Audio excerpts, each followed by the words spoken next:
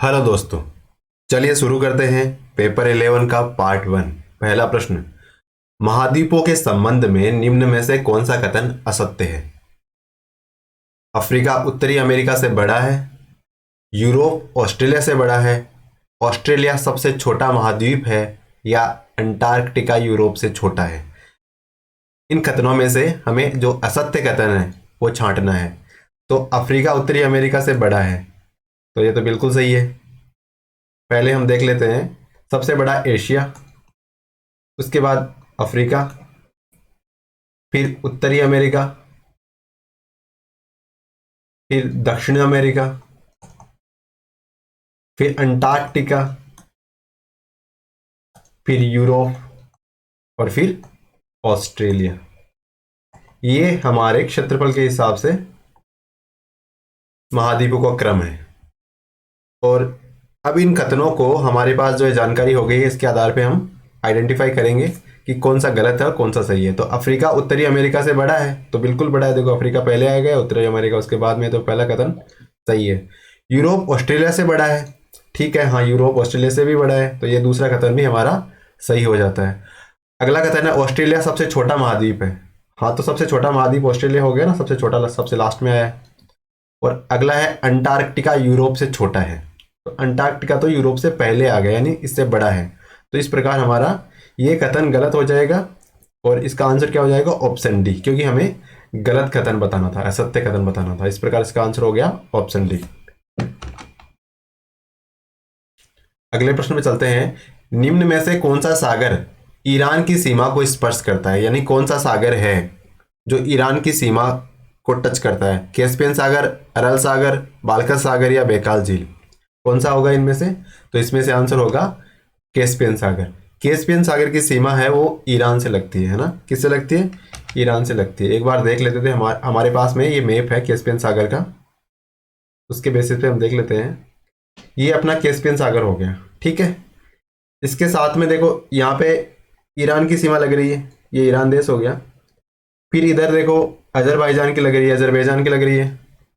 उसके बाद इधर कजाकिस्तान की लग रही है, तुर्कमेनिस्तान की लग रही है, और ये रशिया की सीमा लग रही है। इस प्रकार से जो कैस्पियन सागर है उसके साथ में ईरान की सीमा लग रही है। उसके बाद में ईरान के बाद में देखते हैं तो रूस की सीमा लग रही है, अजरबैजान की लग रही है, अजरबैजान की लग रही है। उसके बाद में कजाकिस्तान की सीमा लग रही है, और फिर तुर्कमेनिस्तान की सीमा लग रही है। तो इन 1 2 3 4 5 देशों की सीमा कैस्पियन सागर के साथ लग रही है। तो हमारे प्रश्न क्या था कि ईरान की सीमा किस सागर के साथ लग रही है? तो इसका आंसर हो जाएगा कैस्पियन सागर। अगले प्रश्न में चलते हैं। निम्नलिखित में से किसको पर्ल ऑफ साइबेरिया कहा जाता है?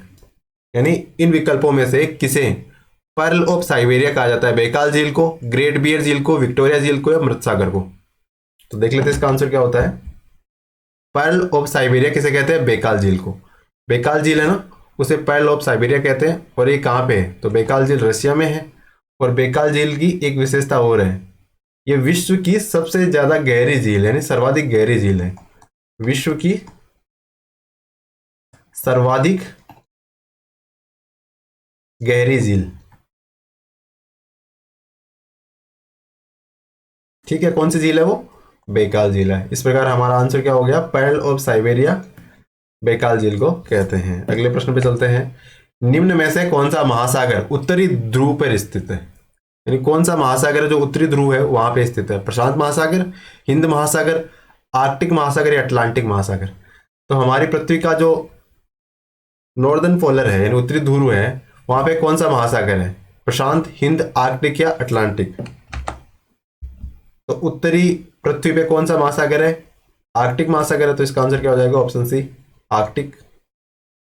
यानी जो आर्कटिक महासागर है वो उत्तरी ध्रुव पे स्थित है, ठीक है ना।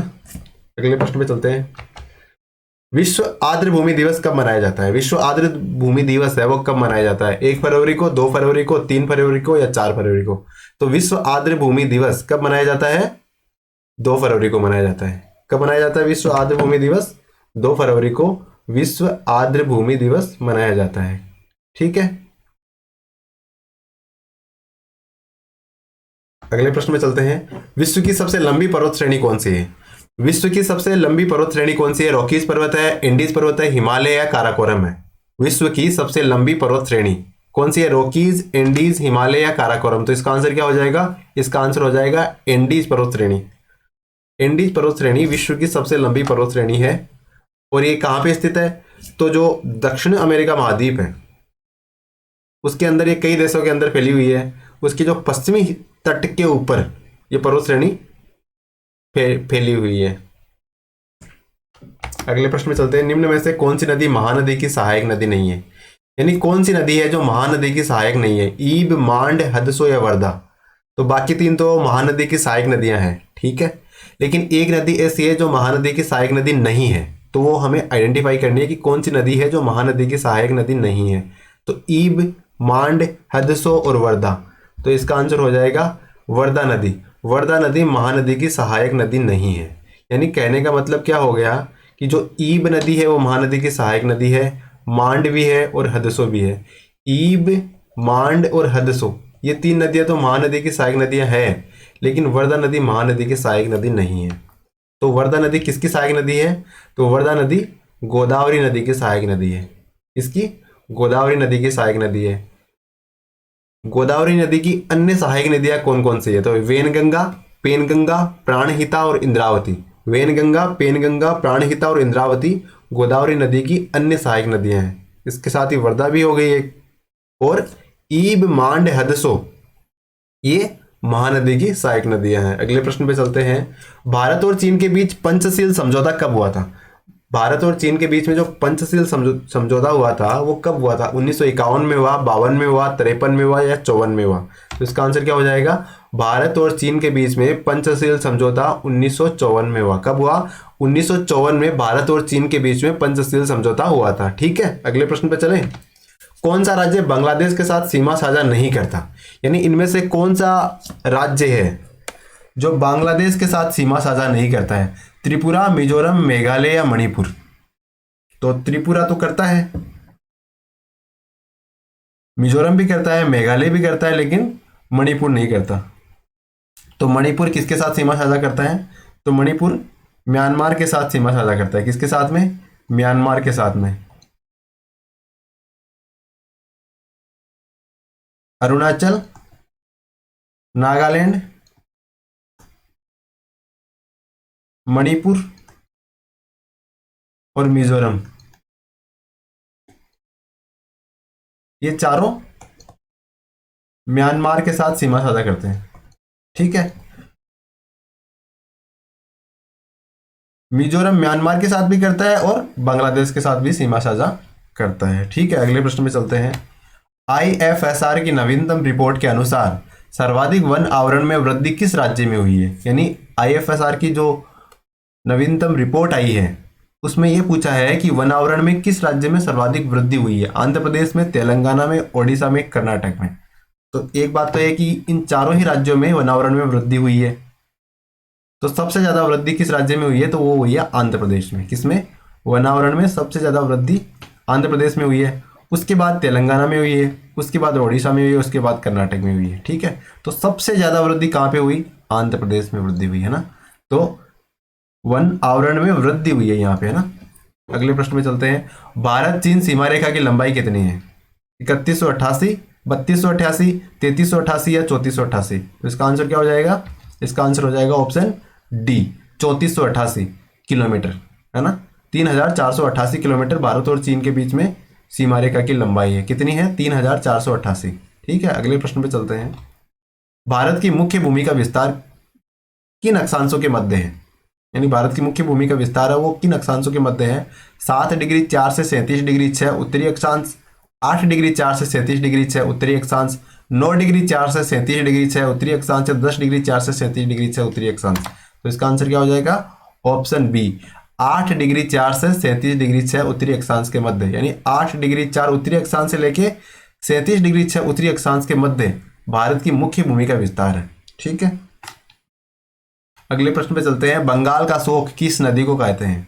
बंगाल का शोक किस नदी को कहा जाता है? हुगली को, दामोदर को, गंगा को या सुवर्ण रेखा को? बंगाल का शोक किस नदी को कहते हैं? तो इसका आंसर क्या हो जाएगा? ऑप्शन बी, दामोदर नदी है ना, उसे बंगाल का शोक कहा जाता है। दामोदर नदी को बंगाल का शोक भी कहा जाता है। अगले प्रश्न में चलते हैं। चोलामू झील, चोलामू एक झील है भारत में, वो किस राज्य में स्थित है? लद्दाख में है, उत्तराखंड में है, सिक्किम में है, अरुणाचल प्रदेश में है? चोलामू झील किस राज्य में है? तो इसका आंसर क्या हो जाएगा? ऑप्शन सी, सिक्किम में। चोलामू झील कहाँ पे है? ये सिक्किम में है। ये भारत की सबसे ऊंची झील है, ठीक है ना। अगले प्रश्न पे चलते हैं। भारत की शरदकालीन वर्षा या लौटते मानसून की वर्षा कहाँ पे होती है? यानी भारत में जो शरदकालीन वर्षा होती है, सर्दियों में जो वर्षा होती है, या यूं कहे जो लौटते मानसून के समय वर्षा होती है, वो कहाँ पे होती है? उड़ीसा और कर्नाटक में होती है, पंजाब और उत्तर प्रदेश में होती है, अरुणाचल प्रदेश और बिहार में होती है, या तमिलनाडु और कर्नाटक में होती है? तो लौटते मानसून की वर्षा तमिलनाडु और कर्नाटक में होती है। कहाँ पे होती है? तमिलनाडु और कर्नाटक में लौटते मानसून की वर्षा होती है, ठीक है ना। इस प्रकार इसका आंसर क्या हो जाएगा? ऑप्शन डी, तमिलनाडु और कर्नाटक, ठीक है। अगले प्रश्न में चलते हैं। निम्नलिखित में से कौन सा स्थान दिसंबर में सर्वाधिक सूर्य धूप प्राप्त करता है? यानी इनमें से कौन सा स्थान है जो दिसंबर के महीने में सबसे ज्यादा धूप प्राप्त करता है? तो हमें पता है दिसंबर के महीने में सूर्य मकर रेखा पे लंबवत चमकता है। उस समय जो भारत का दक्षिणतम हिस्सा होगा वहां पे सूर्य धूप ज्यादा प्राप्त होगी। तो इस प्रकार अगर इनमें से विकल्पों में से देखें, कन्याकुमारी, भोपाल, ईटानगर और दिल्ली, तो इन चारों जगह में से दक्षिणतम स्थान कौन सा है? कन्याकुमारी है। इस प्रकार इसका आंसर क्या हो जाएगा कि दिसंबर के महीने में सर्वाधिक सूर्य धूप प्राप्त करने वाला स्थान कन्याकुमारी हो जाएगा। तो ऑप्शन ए इसका सही आंसर हो जाएगा। अगले प्रश्न पे चलते हैं। भारत शासन अधिनियम 1919 के तहत गठित राज्य परिषद के पहले अध्यक्ष कौन थे? यानी 1919 का जो भारत शासन अधिनियम था ना, उसके तहत एक राज्य परिषद का गठन किया गया था। उसके पहले अध्यक्ष कौन बने थे? व्हाइट बने थे, मूडीमैन बने थे, सिन्हा बने थे, या नारायणन बने थे? कौन बने थे? तो इसका आंसर क्या हो जाएगा? ऑप्शन बी, मूडीमैन है ना। वो भारत शासन अधिनियम 1919 के तहत एक राज्य परिषद बनी थी और उसके वो पहले अध्यक्ष बने थे, ठीक है। कौन बने थे? मूडीमैन साहब। अगले प्रश्न पे चलते हैं। 1935 के अधिनियम की मुख्य विशेषता क्या है? यानी 1935 का जो भारत शासन अधिनियम आया था उसकी मुख्य विशेषता क्या है? प्रांतों में द्वैत शासन, प्रांतों में आंशिक उत्तरदायी शासन, या हाई कमिश्नर की नियुक्ति, या प्रांतों में स्वायत्तता? तो इसका आंसर क्या हो जाएगा? 1935 के अधिनियम की मुख्य विशेषता क्या होगी? प्रांतों में स्वायत्तता। यानी केंद्र में द्वैत शासन 1935 के अधिनियम के माध्यम से शुरू किया गया था और प्रांतों को स्वायत्तता प्रदान की गई थी, है ना। तो इस प्रकार इसका आंसर क्या हो जाएगा? Option D. अगला प्रश्न है। निम्न में से कौन सा संविधान सभा की महिला सदस्य नहीं थी? यानी इनमें से कौन है जो संविधान सभा की महिला सदस्य नहीं रही थी? तो हमें पता है कि संविधान सभा में 15 महिला सदस्य थी, ठीक है। अब उनमें से 3 तो यहाँ पे है हमारे सामने, एक है जो उन 15 सदस्यों में शामिल नहीं थी। वो कौन सी है? सरोजनी नायडू, दुर्गाबाई देशमुख, विजय लक्ष्मी पंडित, या नजमा हेपतुल्ला? तो इसका आंसर क्या हो जाएगा? ऑप्शन डी, नजमा हेपतुल्ला है ना, वो संविधान सभा की सदस्य नहीं थी, ठीक है। बाकी सरोजनी नायडू मैडम, दुर्गाबाई देशमुख, विजय लक्ष्मी पंडित ये संविधान सभा में उपस्थित थी। अगले प्रश्न पे चलते हैं। निम्नलिखित में से किसके पास भारत संघ के भीतर एक नया राज्य बनाने की शक्ति है? यानी भारत संघ है ना, अपना भारत देश, इस संघ के भीतर नया राज्य बनाने की शक्ति किसके पास में? सुप्रीम कोर्ट के पास में है, या लोकसभा अध्यक्ष के पास में, या प्रधानमंत्री के पास में, या राष्ट्रपति के पास में? तो टेक्निकल आंसर होगा उसका क्या होगा? ऑप्शन डी, राष्ट्रपति के पास में। किसके पास में? राष्ट्रपति के पास में। यानी भारत संघ के भीतर एक नया राज्य बनाने की शक्ति राष्ट्रपति साहब के पास में है। अगले प्रश्न में चलते हैं। भारतीय संविधान की आत्मा किसे कहा गया है? भारतीय संविधान की आत्मा किसे कहा गया? प्रस्तावनाओं को, नीति निर्देशक तत्वों को, संघीय व्यवस्था को, या मौलिक अधिकारों को? तो भारतीय संविधान की आत्मा है ना, वो प्रस्तावनाओं को कहा गया है। किसको? प्रस्तावना को। किसे कहा गया है? प्रस्तावना को भारतीय संविधान की आत्मा कहा गया है, ठीक है। अगले प्रश्न पे चलें। Rule of law, rule of law का तात्पर्य क्या है? कानून का शासन का क्या तात्पर्य है? ऑप्शन ए है कि कानून गरीब और अमीर के बीच भेदभाव करता है। ऑप्शन बी, कानून पक्षपात करता है। ऑप्शन सी, कानून अमीर और गरीब के बीच में कोई भेदभाव नहीं करता। या फिर ऑप्शन डी, ये सारे के सारे। तो रूल ऑफ लॉ का तात्पर्य क्या होगा? कि रूल ऑफ लॉ का तात्पर्य कि आप अमीर हो या गरीब हो, छोटे हो या बड़े हो, है ना, जो भी कार्य होगा, जो भी व्यवस्था अपनाई जाएगी, वो कानून के अंदर लिखी हुई होगी, उस हिसाब से अपनाई जाएगी, ना कि आपके अमीर गरीब होने के हिसाब से। तो इसका विकल्प सी इसका सही आंसर हो जाएगा। ये कानून अमीर और गरीब के बीच में कोई भेदभाव नहीं करता। क्या हो जाएगा कि कानून गरीब और अमीर के बीच में कोई भेदभाव नहीं करता है। अगले प्रश्न पे चलते हैं। भारत के संविधान के किस अनुच्छेद के अंतर्गत राज्यसभा एक नवीन अखिल भारतीय सेवा प्रस्तावित कर सकती है? यानी भारतीय संविधान के कौन से अनुच्छेद में यह बताया गया है कि जो राज्यसभा है, संसद का पार्ट है राज्यसभा, वो एक अखिल भारतीय सेवा प्रस्तावित कर सकती है? 249 में बताया है, 250 में, 351 में, 312 में। तो इसका आंसर क्या हो जाएगा? Option D 312। यानी आर्टिकल 312 है, उसमें राज्यसभा को यह शक्ति दी गई है कि वो कोई अखिल भारतीय सेवा सृजित कर सकती है, नवीन अखिल भारतीय सेवा सृजित कर सकती है। भारत का राष्ट्रपति अपना त्यागपत्र किसे प्रेषित करता है? भारत का राष्ट्रपति है वो अपना त्यागपत्र किसे देता है? सुप्रीम कोर्ट को, लोकसभा अध्यक्ष को, प्रधानमंत्री को या उपराष्ट्रपति को? तो इसका आंसर क्या हो जाएगा? भारत का राष्ट्रपति अपना त्यागपत्र उपराष्ट्रपति को देता है। किसे देता है? उपराष्ट्रपति साहब को देता है। ऑपरेशन फ्लड के सूत्रधार हैं। ऑपरेशन फ्लड है ना, वो किसके द्वारा लाया गया? रंधावा के द्वारा, एम मोंगिया के द्वारा, टी कस्तूरीरंगा के द्वारा या वर्गीज कुरियन साहब के द्वारा? तो ऑपरेशन फ्लड दुग्ध क्रांति से संबंधित है और ये वर्गीज कुरियन साहब के द्वारा लाया गया। किसके द्वारा? ऑपरेशन फ्लड का सूत्रधार कौन है? वर्गीज कुरियन साहब है। मुद्रास्फीति शब्द किससे संबंधित है? अर्थव्यवस्था से है, बैंकिंग से है, नोट निर्गमन से है या ढलाई, सिक्कों के ढलाई से है? तो इसका आंसर क्या हो जाएगा? मुद्रास्फीति शब्द का संबंध है वो इकोनॉमी से है। किससे? अर्थव्यवस्था से है। तो इसका आंसर ऑप्शन ए हो जाएगा। अगला प्रश्न है, नेशनल स्टॉक एक्सचेंज का मुख्यालय कहाँ पे है? जिसे शॉर्ट में हम एनएसई कहते हैं ना, नेशनल स्टॉक एक्सचेंज। इसका मुख्यालय कहाँ पे है? मुंबई में है, सूरत में है, दिल्ली में है, कोलकाता में है? तो इसका मुख्यालय, एनएसई का मुख्यालय कहाँ पे है? मुंबई में है। कहाँ पे है एनएसई का मुख्यालय? मुंबई में है। अगले प्रश्न पे चलते हैं। अपने निवेश के बदले एक शेयर धारक प्राप्त करता है, यानी कोई शेयर धारक है ना, उसने कोई कंपनी के शेयर ले रखे हैं, खरीद रखे हैं, है ना, तो उसको क्या प्राप्त होगा? अवितरित लाभ प्राप्त होगा, लाभांश और बोनस शेयर प्राप्त होगा, निवेश और ब्याज प्राप्त होगा, या फिर निवेश और लाभ प्राप्त होगा? तो अगर आप शेयर धारक हैं, उस परिस्थिति में आपको क्या मिलेगा? तो उस परिस्थिति में आपको लाभांश मिलेगा, इंग्लिश में से डिविडेंड कहते हैं, और बोनस शेयर मिलेंगे, है ना। क्या मिलेंगे? डिविडेंड और बोनस शेयर मिलेंगे। ठीक है, अगले प्रश्न पे चलते हैं। ऑप्शन बी इसका सही आंसर हो जाएगा। निम्न में से कौन सा प्रत्यक्ष कर का उदाहरण नहीं है? यानी इनमें से कौन सा है जो प्रत्यक्ष कर यानी डायरेक्ट टैक्स का उदाहरण नहीं है? GST, income tax, wealth tax या निगम कर यानी कॉर्पोरेशन टैक्स? तो इनमें से कौन सा है वो डायरेक्ट टैक्स का उदाहरण नहीं है, प्रत्यक्ष कर का उदाहरण नहीं है? पहले तो ये समझ लेते हैं कि डायरेक्ट टैक्स और इनडायरेक्ट टैक्स होता क्या है। डायरेक्ट टैक्स वो टैक्सेस होते हैं जो जिस व्यक्ति पे लगाए जाए और अंतिम भार भी उसी व्यक्ति के पास रहे, वो डायरेक्ट टैक्स होते हैं। जैसे इनकम टैक्स हो गया, आपने कमाई करी, आपका जो टैक्स बनेगा वो टैक्स आपको सरकार को जमा कराना पड़ेगा। ठीक है, तो उसका भार आपको ही वहन करना पड़ा। लेकिन इनडायरेक्ट टैक्स में क्या होता है कि आप पर्टिकुलर, जैसे जीएसटी ले लेते हैं, तो कोई कंपनी कोई प्रोडक्ट बना रही है, ठीक है, अब उस पर सरकार टैक्स लगाएगी, अब वो कंपनी वहाँ पे उस टैक्स को पे कर देगी। लेकिन जब उस पदार्थ को आगे बेचेगी या उस वस्तु को आगे बेचेगी, तो वो क्या करेगी, जो टैक्स उसने पे किया था ना, वो उस सेलर से वसूल कर लेगी। ठीक है, ये सीरीज आगे चलती रहती है। फिर जो सेलर ने आगे उसको अगर बेचा है तो फिर वो वहाँ से वसूल कर लेगा।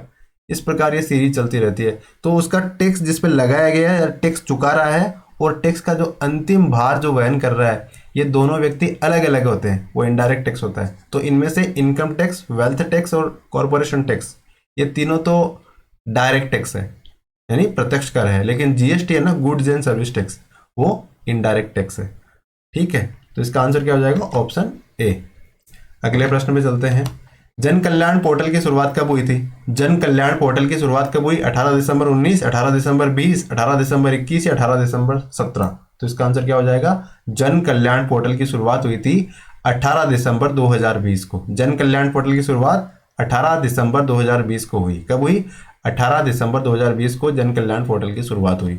अगले प्रश्न पे चलते हैं। सरदार पटेल पुलिस सुरक्षा यूनिवर्सिटी की स्थापना कहाँ की जाएगी?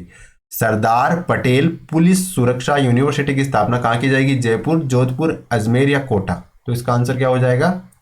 Option B, Sardar Patel police सुरक्षा यूनिवर्सिटी की स्थापना जोधपुर में की जाएगी, अपने गहलोत साहब के शहर में की जाएगी। ठीक है। नवीनतम वन रिपोर्ट के अनुसार, जो अभी नवीनतम वन रिपोर्ट आई है उसके अनुसार सर्वाधिक वन क्षेत्र वाला राज्य कौन सा है? यानी किस राज्य में सबसे ज्यादा वन क्षेत्र है? मध्य प्रदेश, उत्तर प्रदेश, केरला या अरुणाचल प्रदेश? तो इसका आंसर क्या हो जाएगा? मध्य प्रदेश। यानी सबसे ज्यादा वन क्षेत्र वाला राज्य कौन सा है? मध्य प्रदेश है। ठीक है। नो बैग डे योजना, ठीक है, हर शनिवार को बैग लेके नहीं जाना है, स्कूल में जाएंगे बच्चे तो इसमें क्या, हर शनिवार की एक निश्चित थीम निर्धारित कर रखी है। अब हर एक शनिवार की अलग अलग थीम होगी, तो इसमें बताना है कि पहले शनिवार की थीम क्या है। राजस्थान को पहचानो, भाषा कौशल विकास, खेलेगा राजस्थान या मैं भी वैज्ञानिक? तो इसका आंसर क्या हो जाएगा? जो पहला शनिवार है उसकी थीम होगी राजस्थान को पहचानो। क्या है? राजस्थान को पहचानो पहले शनिवार की थीम है। फिर अगले शनिवार की थीम भाषा कौशल विकास, ठीक है, भाषा कौशल विकास। फिर तीसरे शनिवार की थीम है खेलेगा राजस्थान, खेलेगा राजस्थान है वो तीसरे शनिवार की थीम है। फिर चौथे शनिवार की थीम में भी वैज्ञानिक, और अगर किसी महीने में पांचवा शनिवार भी आता है तो उसकी थीम क्या होगी? बाल सभा मेरे अपनों के साथ। क्या होगी? बाल सभा मेरे अपनों के साथ। ठीक है। अगले प्रश्न पे चलते हैं। एसआरएस रिपोर्ट के अनुसार, अभी लेटेस्ट में एक रिपोर्ट आई है एसआरएस रिपोर्ट, उसके अनुसार राजस्थान में जीवन प्रत्याशा क्या है? यानी कितने साल तक राजस्थान का व्यक्ति जीवित रहता है औसतन? 69.7 वर्ष, 66.8 वर्ष, 71.7 वर्ष या 68.7 वर्ष? तो इसका आंसर क्या हो जाएगा?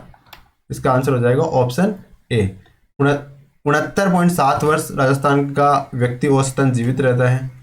लेकिन अगर पुरुषों की बात करें तो पुरुष कम जीवित रहते हैं कंपेयर टू महिलाओं के, यानी पुरुष 66.8 वर्ष जीवित रहते हैं, वही महिलाएं 71.7 वर्ष जीवित रहती हैं। और पिछली जो रिपोर्ट थी 2011 की रिपोर्ट थी, उस समय राजस्थान में जो जीवन प्रत्याशा थी वो 68.7 वर्ष थी, और इस बार कितनी हो गई? 69.7 हो गई। तो कहने का तात्पर्य क्या है? राजस्थान के लोगों का जो जीवन प्रत्याशा है वो बढ़ रही है, यानी स्वास्थ्य सेवाएं राजस्थान में अच्छी हो रही है, इसका तात्पर्य यही निकाल सकते हैं। अगले प्रश्न पे चलते हैं। देश का पहला हाइब्रिड सोलर ऊर्जा प्लांट कहाँ लगाया जाएगा? देश का पहला सोलर हाइब्रिड ऊर्जा प्लांट कहाँ पे लगाया जाएगा? जयपुर में, जोधपुर में, अजमेर में या जैसलमेर में? तो देश का पहला हाइब्रिड सोलर ऊर्जा प्लांट जैसलमेर में लगाया जाएगा। कहाँ पे? जैसलमेर में लगाया जाएगा। महाराणा प्रताप पनोरमा कहाँ पे बनेगा? डुंगला में, चावंड में, कुंभलगढ़ में, चित्तौड़ में? तो महाराणा प्रताप पनोरमा कहाँ पे बनेगा? चावंड में बनेगा, है ना। महाराणा प्रताप की आपातकालीन राजधानी भी थी ना चावंड। ठीक है। अगले प्रश्न पे चलते हैं। आर्केड की स्थापना कहाँ की जाएगी? Rajiv Gandhi centre for advance technology की स्थापना कहाँ पे की जाएगी? जयपुर में, जोधपुर में, अजमेर में या कोटा में? तो ये जयपुर में स्थापित की जाएगी। कहाँ पे स्थापित की जाएगी? जयपुर में। ऑप्शन ए इसका सही आंसर हो जाएगा। अगले प्रश्न पे चलते हैं। संवेदना ज्ञान की पहली पीढ़ी है, संवेदना ज्ञान की पहली पीढ़ी है, ये किससे संबंधित है? ये कथन किससे संबंधित है? मानसिक विकास से है, शारीरिक विकास से है, या ध्यान का विकास से है, भाषा का विकास से है? तो संवेदना ज्ञान की पहली पीढ़ी है, ये कथन मानसिक विकास से संबंधित है। किससे? मानसिक विकास से संबंधित है। अगले प्रश्न पे चलते हैं। अधिगम को प्रभावित करने वाला व्यक्तिगत कारक क्या है? अधिगम को प्रभावित करने वाला व्यक्तिगत कारक संचार के साधन, या समवयस्क के समूह, या अध्यापक, या फिर परिपक्वता और आयु? यानी अधिगम को या सीखने को प्रभावित करने के व्यक्तिगत कारक की बात कर रहे हैं यहाँ पे, तो परिपक्वता और आयु है ना, ये व्यक्तिगत कारक है। क्या है? व्यक्तिगत कारक है। अगले प्रश्न पे चलते हैं। क्रिया द्वारा किसी वस्तु को आत्मसात करने के प्रयत्न को, यानी क्रिया करके किसी वस्तु को अगर आत्मसात करने का प्रयत्न किया जाता है, इसे रुचि कह सकते हैं। ये परिभाषा किसने दी है?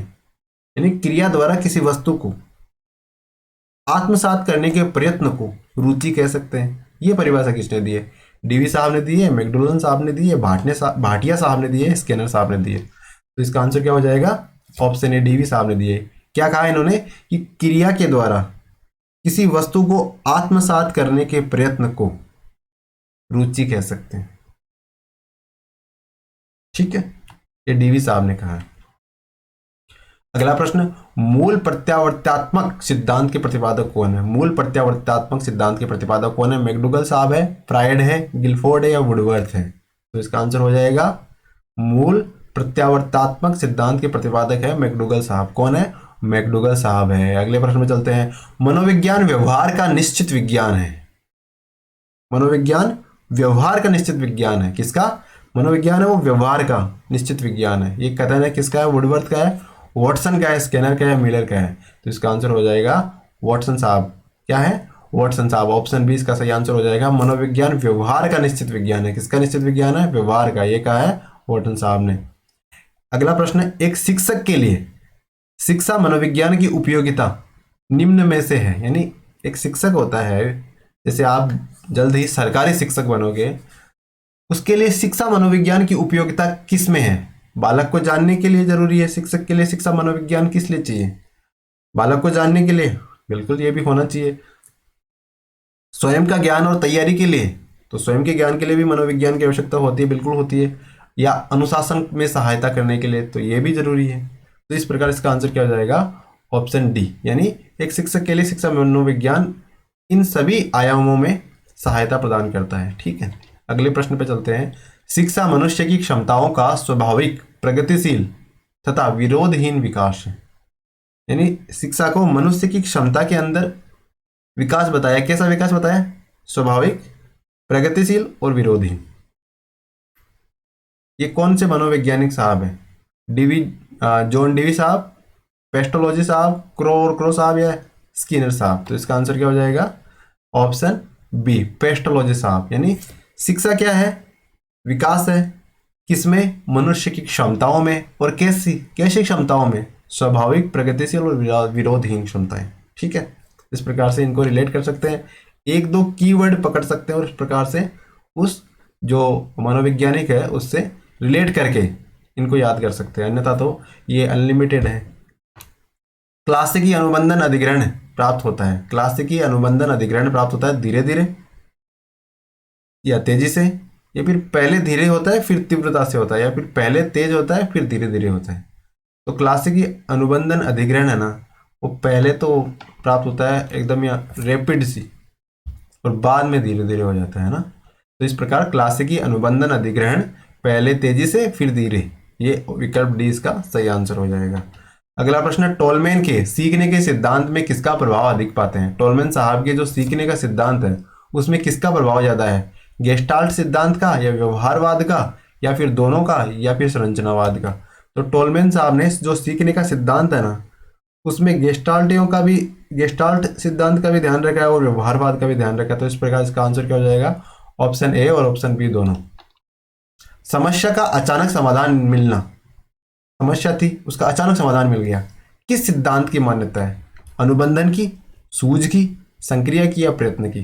तो समस्या का अचानक समाधान मिलना अनुबंधन सिद्धांत की मान्यता है। किसकी? अनुबंधन सिद्धांत की मान्यता है। अगला प्रश्न, कौन सा बालक समस्यात्मक बालक की श्रेणी में आता है? यानी इनमें से हमें पता करना है कि कौन सा बालक है जो समस्यात्मक बालक की श्रेणी में आता है। झूठा बालक, नशेड़ी बालक, या संवेगात्मक अस्थिर बालक, या सभी के सभी? तो जिस प्रकार से विकल्प है उस प्रकार से यही लग रहा है कि इसका आंसर ऑप्शन डी होगा, यानी सभी। यानी समस्यात्मक बालक की श्रेणी में आने वाले झूठा भी समस्यात्मक बालक की श्रेणी में आएगा, नशेड़ी भी आएगा, और संवेगात्मक अस्थिर व्यक्ति भी, अस्थिर बालक भी समस्यात्मक बालक की श्रेणी में आएगा। अगला प्रश्न है, और आज की वीडियो का ये लास्ट प्रश्न है, इसका पार्ट भी हम कल लेके आएंगे। पेपर 11 का पार्ट भी हम कल लेके आएंगे, और आज के जो पार्ट ए है, पेपर 11 का पार्ट है, इसका लास्ट प्रश्न है। राजस्थान एथेनॉल प्रोडक्शन नीति कब लागू की गई है, कब घोषित की गई? एथेनॉल प्रोडक्शन नीति 15 दिसंबर 2018, 15 दिसंबर 2019, 15 दिसंबर 2020 या 15 दिसंबर 2021? तो इसका आंसर क्या हो जाएगा? इसका आंसर हो जाएगा 15 दिसंबर 2021। राजस्थान एथेनॉल प्रोडक्शन नीति 15 दिसंबर 2021। यानी जब आप एग्जाम देने जाओगे तो लगभग इसको 1 साल हो गया होगा। ठीक है, उस प्रकार इसको याद रख सकते हो। 15 दिसंबर 2021 राजस्थान एथेनॉल प्रोडक्शन नीति घोषित की गई। ठीक है, थैंक यू फॉर ज्वाइनिंग। पढ़ते रहो,